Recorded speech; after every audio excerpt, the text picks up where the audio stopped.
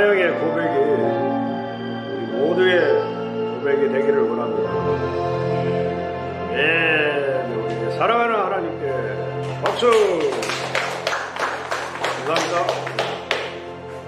하시는 우리 성령 하나님 역사 가운데 우리의 영이 회복되고 또 그 말씀 안에서 우리가 힘을 얻고 말씀이 내게 무엇을 원하고 인도하는지를 분별할 수 있는 놀라운 역사가 있기를 원합니다.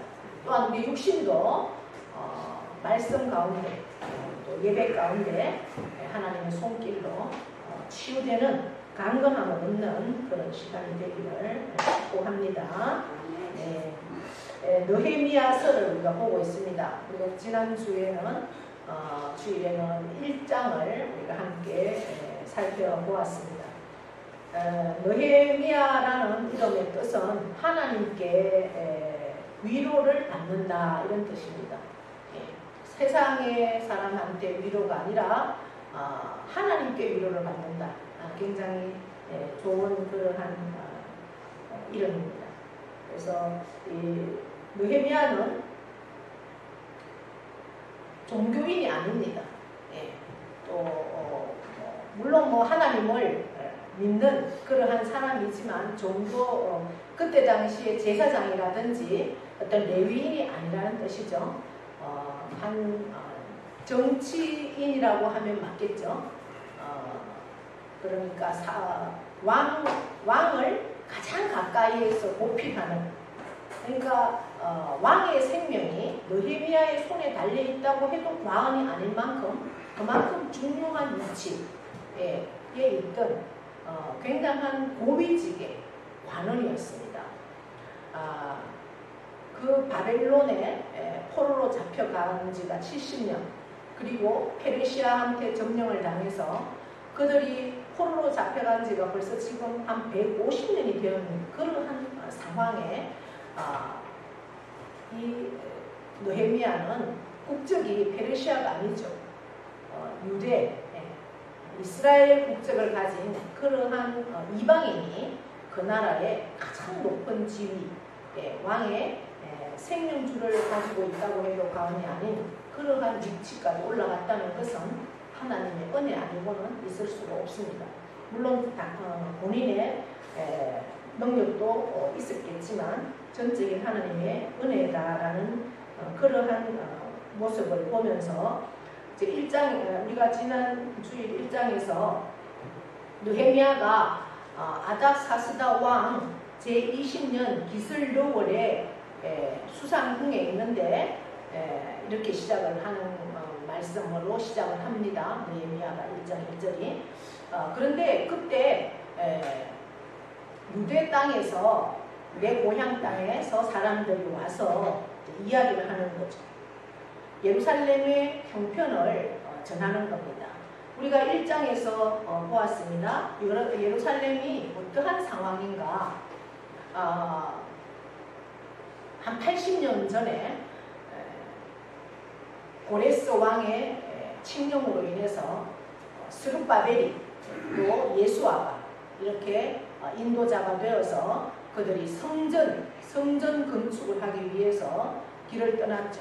약 5만 명의 사람들이 가서 성전 건축을 하고 이제 세월이 80년 이상의 세월이 흘렀는데 지금 와서 굉장히 이제 성전도 재건이 되고 또 그동안에 에스라도 갔잖아요. 에스라는 뭐하러 갔습니까? 말씀을 세우기 위해서, 예배를 재건하기 위해서. 그렇게 에스라도 13년 전에 이미 갔고 해서 상당히 예루살렘의 상황이 예배 중심으로, 말씀 중심으로, 정말 하나님 중심으로 굉장히 아름답게 하나님 나라가 세워간다라고 그렇게 생각하고 있었던 느헤미야인데, 의외로 예루살렘에서 온 사람이 얘기하기는 우리가 1장에서 봤습니다.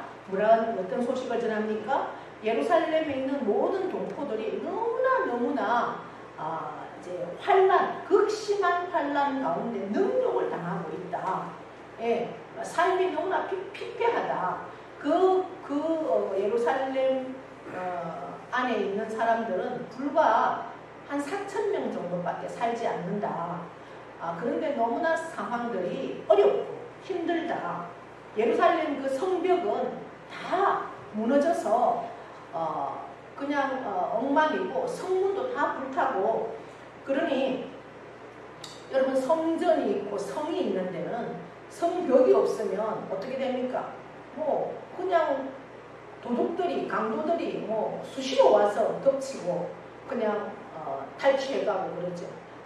역사적인 문헌들을 보면 추수 때가 아니라도 여러분들 이제 추수를 해놔서 창고에 곡식이 있을 때 도둑을 해갈 것도 있지. 뭐 고추를 농사 지어 놓으면 고추 따 놓으면, 고추 말라 놓으면 고추가 없어졌다. 벼를 타작해 놓으면 벼가 없어졌다. 이런 얘기는 있지만 그거 다 이제 먹을 게 다 없어지고 난 이후에도 수시로 와서 이제 사람 여러 가지 피해를 입힌다는 거죠. 그러니까 수시로 이제 그러니까 말하자면 뭐예요? 요즘은 우리가 집들도 담에 대한 그런 의식이 크게 없는 것 같아요. 그러나 저희가 어렸을 때만 해도 보면 좀 부잣집이다라고 하면 뭘 보고 알 수 있어요? 담을 보면 알 수 있어요. 우리 시내에서는 그렇더라고요. 담이 높고 그 담에다가 또 뭘 만들어요?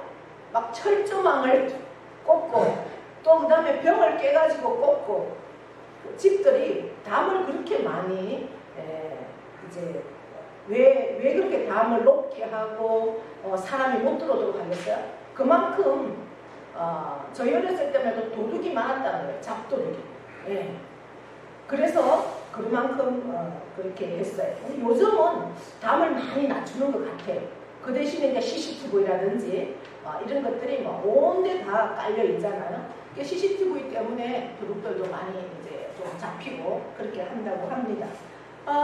이제 예루살렘 성에 그 담이 다 허물어지고 성 자체가, 그러니까 너무나 황폐해 있다. 이 소식을 이제 이 느헤미야가 듣고 뭐 어때요, 여러분? 뭐 내 고향, 내 선조의 고향이 지금 그렇대. 듣고 흘려버릴 수도 있어요. 그런데 느헤미야에게 그 상황이 딱 꽂힌 거예요. 그래서 우리가 지난 시간에 봤죠. 그 말을 듣고 느헤미야는 어떻게 했다고 해요? 수일 동안 너무나 슬프대요. 일이 손에 안 잡히는 거예요. 이 고향 생각을 한다. 자기의 고향도 아니잖아요. 선조의 고향. 자기는 여기서 태어난 사람인데도 그렇게 마음이 아파서 일이 손에 안 잡히고, 그래서 그 생각을, 고향 땅을 생각하면, 고국을 생각하면 그냥 밥맛도 없어요. 그래서 밥맛이 없어서 금식을 하는 게 아니라 정말 하나님 앞에 작정하고 금식하면서 기도하는 거예요. 그러면서 얼마나 그 기도하면서 그렇게 슬픔이 얼마나 지속이 됐느냐, 그 기도의 시간이 1장에서 아닥사스다 왕 제20년 기슬르월에 이렇게 시작을 했는데, 오늘 2장 1절에서는 뭐라고 시작을 합니까? 아닥사스다 왕 제20년, 20년은 똑같아요. 그런데 니산월에 이렇게 되어 있어요. 이게 히브리 그 달력에 기슬르월과 니산월은 약 4개월의 시간이 이제 지났다는 거예요. 4개월의 시간이 지나는 동안 느헤미야는 계속해서 자기 고국 땅, 그 성벽이 허물어진, 그래서 그 상황 때문에 너무나 내 고국 동포들이 환난을 겪고 있는, 어려움을 겪고 있는 그 상황을 내려놓을 수가 없어서 계속해서 기도하면서 집중하고 있는 거예요. 그러한 상황에 있어요. 그런데 그때 아닥사스다 왕이 이제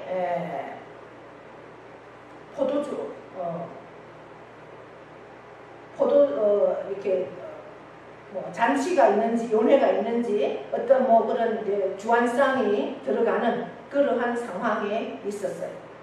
그래서 그 앞에 왕 앞에 이제 술 맡은 관원장이니까 항상 왕이 마시는 술을 자기가 먼저 점검을 해야 되는 거예요. 이 술에 독이 있나 없나.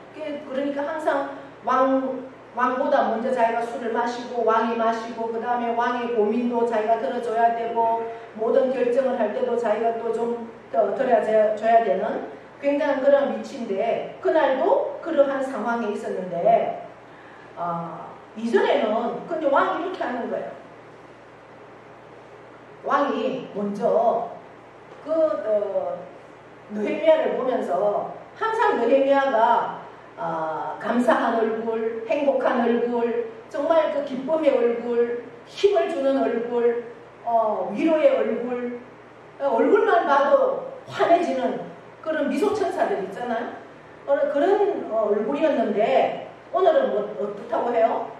전에는 수심이 없었더니 2절 읽어보세요. 뭐라고 합니까? 왕이 내게 이르시되 너가 내가 건강한 줄 아는데 병이 없는데 어떻게 해서 얼굴에 수심이 있느냐. 필연 이것은 너 마음에 근심이 있을 것 같다. 이제 왕이 딱 눈치를 채는 거예요.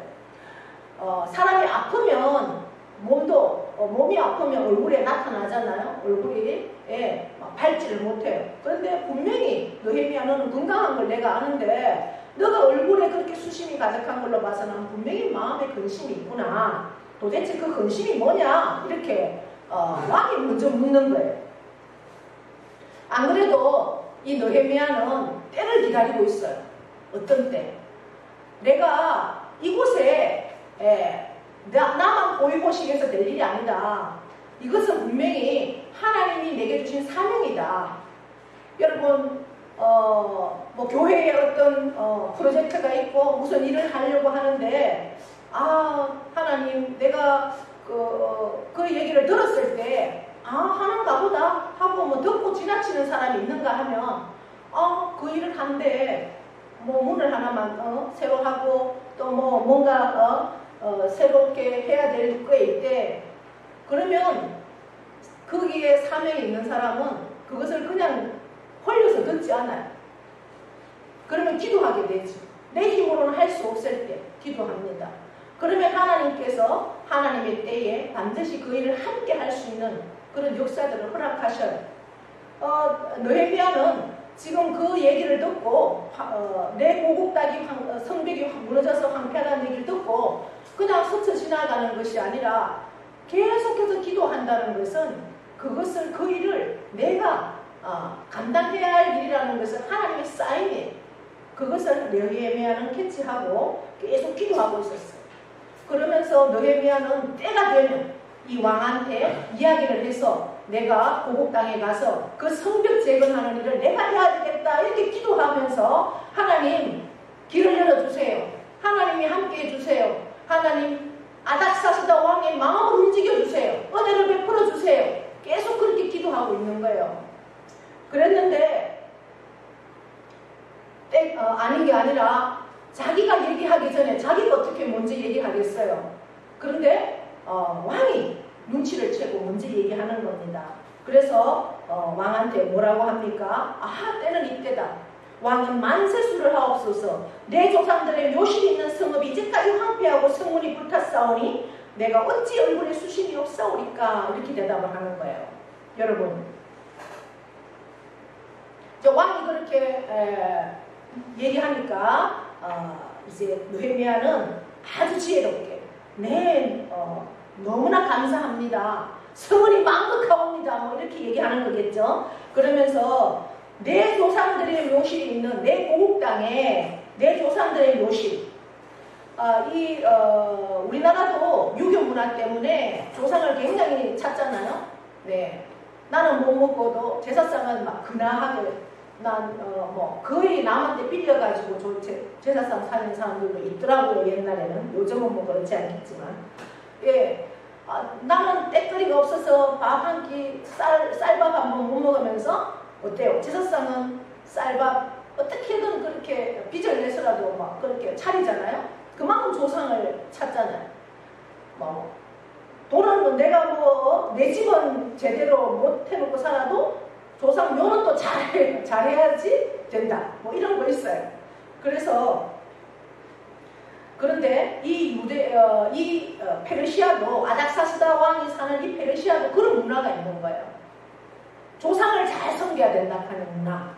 그러니까 이제 그것을 알고 느헤미야가 그 얘기를 한 거예요. 내 고국에 성벽이 다 무너졌어요. 이렇게 얘기하지 않고 내 조상들의 묘실이 있는 성읍이 다 황폐했다. 이렇게 얘기하는 거예요. 그래서 내 조상들의 그 묘실을 다 불타고 없는데 내가 어떻게 얼굴에 환할 수 있겠습니까? 이렇게 말하는 거예요. 굉장히 지혜죠. 그것은 어떻게 이러한 지혜가 왕 앞에 왕은 신입니다. 이때의 왕은 신이에요. 그래서 왕 앞에 말 한마디 잘못하면 그대로 잘리죠. 그대로 죽음이에요. 그런데 담대하게 이런 말을 할 수 있느냐? 그것은 그만큼 4개월 동안 자기가 생명을 걸고 자기 고국을 위해서 기도한 그 기도가 있기 때문에 하나님께서 용기를 주셨고 하나님께서 그때 함께하는 지혜를 주셨어요. 기도하는 자만이 아는 그러한 은혜고 비밀이에요. 그랬을 때 왕이 뭐라고 하느냐? 야, 그래?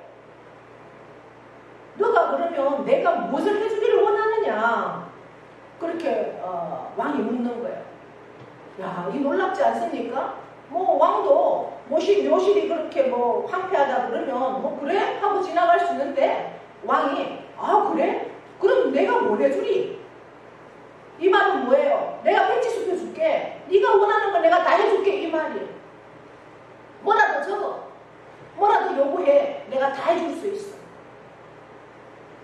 이것도 하나님의 은혜입니다. 여러분도 신앙인이잖아요. 신앙인들은 하나님의 뜻을 우리가 늘 분별하면서 그 하나님의 뜻을 이루기 위한 목적으로 살아가는 사람이 신앙인이에요. 그럼 내가 세상 속에서 살면서 하나님을 위해서 내가 분명히 이 길은 하나님이 원하시고 내가 이 일을 해야 되겠는데 방해하는 요소들이 많잖아요. 그럴 때 여러분들은 그냥 후퇴합니까? 후퇴하면 안 돼요. 우리 신앙은요, 후퇴가 없어요. 정진해야 돼요. 그럴 때 기도하세요. 그 목적을 놓고 기도하세요. 그러면요, 하나님의 때가 반드시 옵니다. 하나님의 때가. 그리고 하나님이 길을 여십니다. 세상과 합리화하지 마시라. 신앙인은 세상과 합리화하는 사람은 지는 사람이에요. 그거는 하나님의 뜻을 이룰 수도 없고 하나님의 그 뜻을 분별할 수도 없지만 하나님께서 어떻게 역사하는지를 우리가 경험할 수가 없어요. 그렇게 사는 사람. 그건 신앙인이 아니에요. 우리가 여러 가지 세상 속에서 삶을 살면서 우리 앞에 만나는 일들이 많이 있어요. 내가 주일 성수를 딱 작정을 할 때, 결단할 때도 그게 쉽지 않아요. 그러나 내가 딱 작정하고 그 발을 디디면 하나님께서 길을 다 인도하셔요. 우리가 작은 예들이 여러분들 삶 속에 다 있을 거예요. 저도 여러 가지 신앙생활을 하면서 제가 어느 날인가 하나님께서 철회하라는 마음을 계속 주셔요. 새벽 기도 가지고는 안 되니까, 새벽 기도의 양 가지고는 안 되니까 철회하라는 마음을 계속 주셔요. 그때가 30대예요. 30대 제가 철회하러 가니까 저희 교회 사모님이 젊은 사람이 철회한다고 오지 말라고 하더라고요. 근데 하나님은 나한테 그렇게 사인을 주는 거예요. 그렇다고 제가 그러면은 철회를 하러 그냥 내 마음대로 가겠습니까? 누구하고 의논해야 되겠어요? 남편하고 의논을 해야 되죠. 남편하고. 철회를 하는데 하나님이 나한테 철회하라는 마음을 주는데 그랬을 때 남편이 어떻게 할까요? 허락할까요? 안 할까요? 같이 갔어요. 같이. 처음에는 허락을 안 하죠. 젊은 여자가 그 큰 교회에 가서 혼자 철회한다고 하는데 어느 남자가 아무리 믿음이 좋다고 해도 그렇게 선뜻 대답을 하겠습니까? 그때는 그럼 내가 같이 가서 옆에서 자줄게. 그래서 이제 저희 남편은 옆에서 자고 저는 밤새 기도하고 그렇게 시작이 됐어요. 그러니까 항상 지혜가 필요한 거예요. 내가 하나님이 이러한 마음을 주는데 내가 불쑥 가는 게 아니라 내가 가장 허락받아야 할 사람이 누군가. 세상 속에도 그게 필요하잖아요. 남편이 가장 걸림돌이잖아요. 아이들은 걸림돌이 되지 않죠. 재워놓고 가면 되니까. 남편한테 의논하고 남편이 허락을 안 하면 못하는 거죠. 그러나 내가 그 놓고를 기도하니까 하나님이 마음을 움직여서 내가 그러면 옆에 가서 자줄게. 데려다 주고 자줄게. 옆에 자고 저는 기도하고. 이제 그 시간도 얼마나 지나니까 힘이 들잖아요. 교회 와서 마룻바닥에서 자고 하루 종일 출근해서 일하려고 하면 얼마나 힘들겠어요. 그러니 어느 정도 하더니 이제 자는 거는 포기하고 나를 교회 데려다 주고 가고. 그렇게 제 기도 생활이 물론 그전에도 제가 기도하는 게 많이 훈련이 돼 있었어요. 그렇게 시작을 했어요. 그러니까 그러면서 그 이후에 하나님이 또 어느 때인가 제가 섬기는 교회 목사님이 저보고 신학을 하라 그래서 같이 동력을 하자라는 말을 하셨는데 또 남편한테 얘기를 허락을 받아야 되잖아요. 내가 목사님이 하라고 아이고 이것이 하나님의 길이다 생각하고 할 수 있는 거 아니잖아요. 저는 가정이 가장 우선적이라고 생각을 하지만 그러나 가정이 우선이지만 가정도 하나님 안에서 저는 하나님 안에서 화목해야 된다고 생각을 합니다. 그래서 이제 아주 조심스럽게 신학을 하면 어떨까요? 물었을 때 이런 지하에 했어요. 그러면 제가 거기에 또 토를 달았을까요? 이 지금은 하나님 때가 아니구나. 하나님 때가 아니구나. 제가 포기했을까요?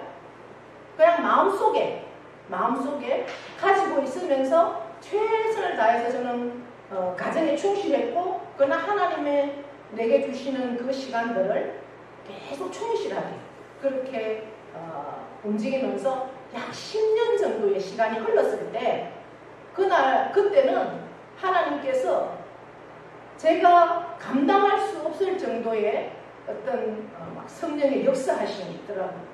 그래서 항복을 하고 알겠습니다 하나님. 그 성령의 마음을 가지고 이제 남편한테 그때 얘기했을 때는 뭐라고 했을까요? 공부하는 거야 좋지 이렇게 바로 얘기했어요. 그러니까 우리의 신앙생활이 모든 게 그래요. 내가 한 영혼을 놓고 내 가족의 한 영혼을 놓고 구원을 위해서 여러분 기도하지 않는 사람은 없겠죠.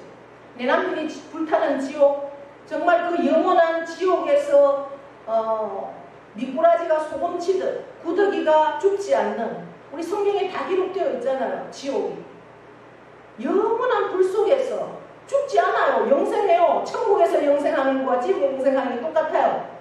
내 가족이 그러한 곳에서 영생하는 그 모습을 생각하면 그 영혼을 구원하지 않을 사람이 있겠습니까?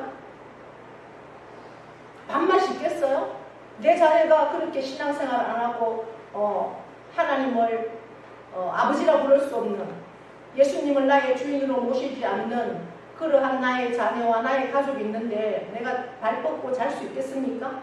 끊임없는 영혼을 위해서 이 느헤미야처럼 울며 슬퍼하며 금식하면서 기도하지 않겠습니까? 그 한 영혼을 놓고 그렇게 여러분의 중심이 하나님 앞에 선다면 하나님은 반드시 하나님의 때에 하나님의 길을 여십니다. 할렐루야. 믿음으로 나가십시오. 11조도 마찬가지예요. 내가 하나님과의 어떤 결단에서 쓸 거 다 쓰고 나 모자라는데 하나님 앞에 드릴 게 어디 있어. 그렇게 하면 평생 해도 못합니다. 그것은 말라기 분명히 말씀했죠. 11조는 도둑질이다. 그것은 내게 아니다. 11조를 1년, 2년만 하면 해봐라. 하나님이 어떻게 역사하는지. 절대 꾸러가지 않고 절대 밖으로 새지 않는다. 하나님이 누르고 흔들어 넘치도록 복을 주신다. 11조도 온전한 11조를 해라. 떼어먹을 거 다 떼어먹고 거지가 하나님이 거지인 것처럼 그렇게 드리지 말고 온전하게 한번 해봐라. 어떻게 하나님이 역사하는지. 그것도 나와 하나님과의 그러한 딜이죠. 하나님은 다른 거에 대해서는 얘기하지 않아요. 그러나 11조만큼은 딜을 걸어라. 그럼 내가 책임져 준다. 하나님 그렇게 말씀하셔요. 그러니까 내가 가족 때문에 내가 나의 어떤 상황 때문에 못한다 그러면 기도하시라. 그 부분을 포기하는 게 아니라 하나님 내가 신앙인이고 내가 하나님 앞에 중직자인데 내가 하나님 앞에 도둑이 되어서 되겠습니까? 나의 마음은 하나님 앞에 온전히 드리고 싶은데 하나님 상황이 이렇게 되지 않습니다. 내 마음도 이 상황을 넘어설 수 있는 믿음을 주십시오. 나에게 이렇게 반대하는 반대의 손길들을 뛰어넘을 수 있는 그 영광도 그 손길도 하나님께서 역사하는, 그래서 하나님의 그 말씀 앞에 꼬꾸라뜨림을 당하고 순종할 수 있는 은혜를 달라고 그렇게 기도하면서 나가보십시오. 하나님의 때가 되고 하나님의 길을 반드시 여십니다.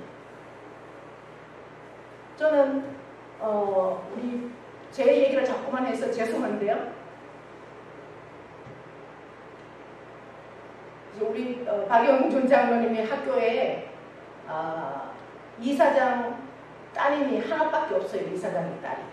자녀가. 아들도 없고 딸 하나. 근데 그 사람이 미술을 전공했어요. 미술 정식 교사로 앉히고 싶은데 자기 딸을. 저 미술 교사 때문에 못 세우는 거예요. 정식으로. 걸림돌이잖아요. 그렇다고 뭐 어떻게 할 수가 없잖아요. 이사장이라고 해서 자를 수는 없잖아요. 그러니까 이제 다른 과목으로 바꾸라. 우리 딸을 미술 정교사를 주고 그러면 박영준은 다른 선생은 다른 과목 바꿔라 이렇게 얘기를 하는데 하나님께 기도하면서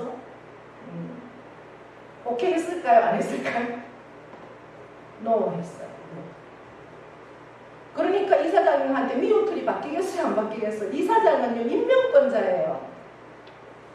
모든 선생들을 채용할 수도 있고 뿌리칠 수도 있고 그 사람이 교감이 되고 교장이 되는 거 이사장이 다 하는 거예요.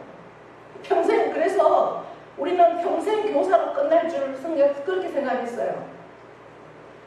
이사장이 안 해주면 못해요. 저는 그렇게 기도했어요. 제가 얼만큼 열심히, 내가 그 학교의 생활은 모르지만 남편이 학교를 위해서 얼마나 헌신하고 있고 희생하고 있고 정말 열정적으로 하고 있다는 걸 저는 알기 때문에 하나님께 기도했어요. 하나님이 그 자리에 세우셨으니 하나님이 세우소서. 교장이 안 돼도 괜찮지만 가장 없어서는 안 될 사람, 그 학교에서는 없어서는 안 될 사람, 교육청에서도 인정받는 사람, 그 사람이 되게 해달라고 저는 날마다 하나님께 기도했어요. 그래서 이사장이 그 마음을 움직이고 그 상황을 알게 해달라고. 여러분, 한 사람이 내 마음에서 벗어나면 그 사람을 예쁘게 보기는 정말 어려워요. 그리고 그렇게 중요한 자리를 제안을 했는데 노 했을 때는 그 사람을 예쁘게 보기는 어렵다고요. 그러나 하나님 하시면 할 수 있습니다. 저는 계속 그렇게 기도했어요. 그랬더니요, 하나님이 하셨어요. 저는 전적으로 하나님 하셨다고 생각합니다. 결국 교장까지 세우고 퇴직하게 만들잖아요. 할렐루야. 아멘. 이런 것들이요, 여러분, 정말 하나님 앞에서는 여러분 생명을 놓고 뭐 내가 그 사람하고 대적할 필요 없어요. 그렇다고 해서 그렇게 내친다고 해서 그 학교에 내가 열심히 안 할 필요도 없어요. 내가 맡은 일은 열심히 하면서 하나님의 때를 기다리면 되는 거예요. 그러면 하나님의 길을 여셔요. 그렇기 때문에 우리는 어떠한 상황 가운데도 우리의 목표와 우리의 목적은 어디 있어요? 하나님의 영광이에요. 하나님의 영광. 내 삶의 영광이 아니에요. 결국은 여러분 우리가 다 읽진 않았지만 보면은 1차에 2차에 그렇게 갔지만 그 왕이 군대를 보내고 막 제목을 보내고 그렇게 안 했어요. 근데 이 느헤미야에게는 이 왕이 어떻게 합니까? 그래? 그러면 너 가. 너가 그 일을 다 하고 돌아올 때까지 나는 너를 기다릴 거야. 여러분 그런 경우가 어디 있습니까? 이방인 이 한 사람 가면 끝나는 거지. 밑에 좋은 사람이 얼마나 많은데 그 일을 다 하고 올 때까지 내가 기다릴게. 그래 너가 갈 때 내가 군대도 보내줄게. 그리고 그 성벽을 재건할 때 필요한 거 내가 다 해줄게. 염려하지 말고 그 일을 다 하고 와. 이게 하나님의 은혜 아닙니까? 어떻게 이런 일이 생길 수 있습니까? 느헤미야는 중심으로 하나님을 위해서 울었어요. 하나님은 그것을 다 하신다. 진정 하나님 나라를 위해서 울어보세요. 내가 무엇을 위해서 내가 무엇으로 하나님을 위해서 일할까? 무엇으로 할까? 내 몸을 드리니까, 내 시간을 드리니까, 내 물질을 드리니까. 하나님의 영광을 위해서 내가 나가면 하나님은 세상의 모든 것들도 다 넘치도록 채워주시는 역사들을 오늘 느헤미야를 통해서 보잖아요. 이 삶이 저와 여러분의 삶이 되기를 축복합니다. 시간이 되어서 오늘 여기까지 하고 완전하신 주 찬양 드리겠습니다.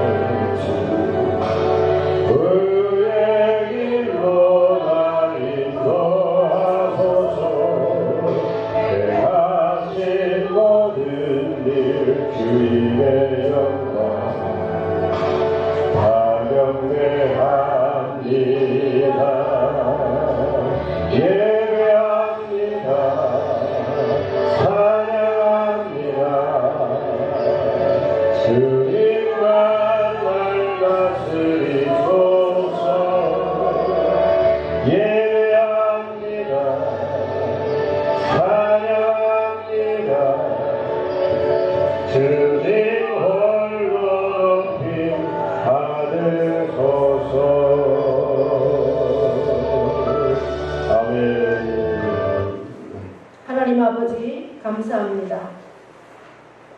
성벽 재건하는 일을 자기 인생에서 가장 중요하게 생각했던 느헤미야. 그 일은 하나님의 도움이 없이는 이룰 수 없다고 생각했기 때문에 슬퍼하며 금식하며 4개월 동안 기도했습니다.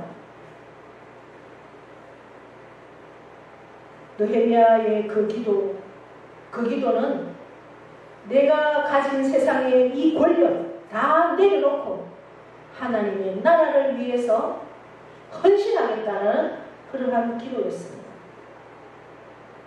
나를 재물되게 해달라고, 나를 통해서 하나님 나라를 세워볼 수 있도록 해달라고 그렇게 기도했던 그 기도의 중심을 하나님이 보시고 불가능했던 그 성벽을 52일 만에 많은 방해가 있었지만 그렇게 재건했습니다.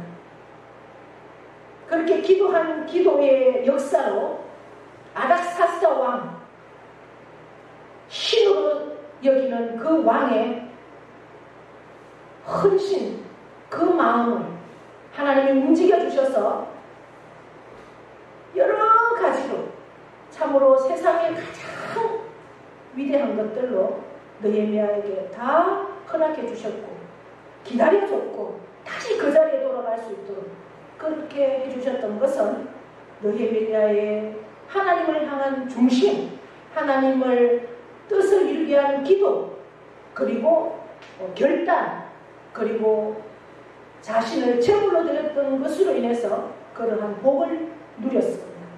하나님 아버지, 우리들도 느헤미야의 삶이 나의 삶이 되기를 원합니다. 어떠한 문제 앞에, 하나님의 뜻 앞에, 하나님의 일 앞에 먼저 우리가 기도하고 나를 제물로 드릴 때 하나님께서는 그 일도 이루어주시고 또한 세상의 것들도 하나님께서 어떻게 역사하는지 느헤미야의 그 복을 우리도 누릴 수 있도록 은혜 베풀어 주시옵소서. 그러하기 위해서 우리가 믿음이 없이는 안 됩니다. 우리에게 믿음을 주시옵소서. 믿음이 없이는 하나님을 기쁘시게 할 수 없사오니 믿음의 결단을 가지고 믿음으로 승리하는 우리 모두가 되어서 참으로 느헤미야처럼 위대한 하나님의 일꾼으로 우리를 인도하여 주시옵소서. 감사드리며 예수님의 이름으로 기도드리옵나이다. 아멘. 이제는 우리 주 예수 그리스도의 은혜와 하나님 아버지의 크고도 영원하신 사랑하심과 성령님의 교통 위로하심의 역사가 하나님 나라를 위해 하나님의 일을 위해 금식하며 참으로 자신을 제물로 드리기를 기도했던 그 느헤미야처럼 우리도 하나님의 나라와 하나님의 뜻과 하나님의 일을 위해 나를 제물로 사용하시옵소서 기도로 결단하며 나아갈 때 참으로 느헤미야처럼 위대한 일을 행하고 하나님의 놀라운 복을 누린 그 삶이 우리의 삶이 되기를 결단하는 사랑하는 모든 심령 위에와 그 가정과 자녀와 기업과 농토 위에 영원토록 함께 하시기를 축원하옵나이다. 아멘.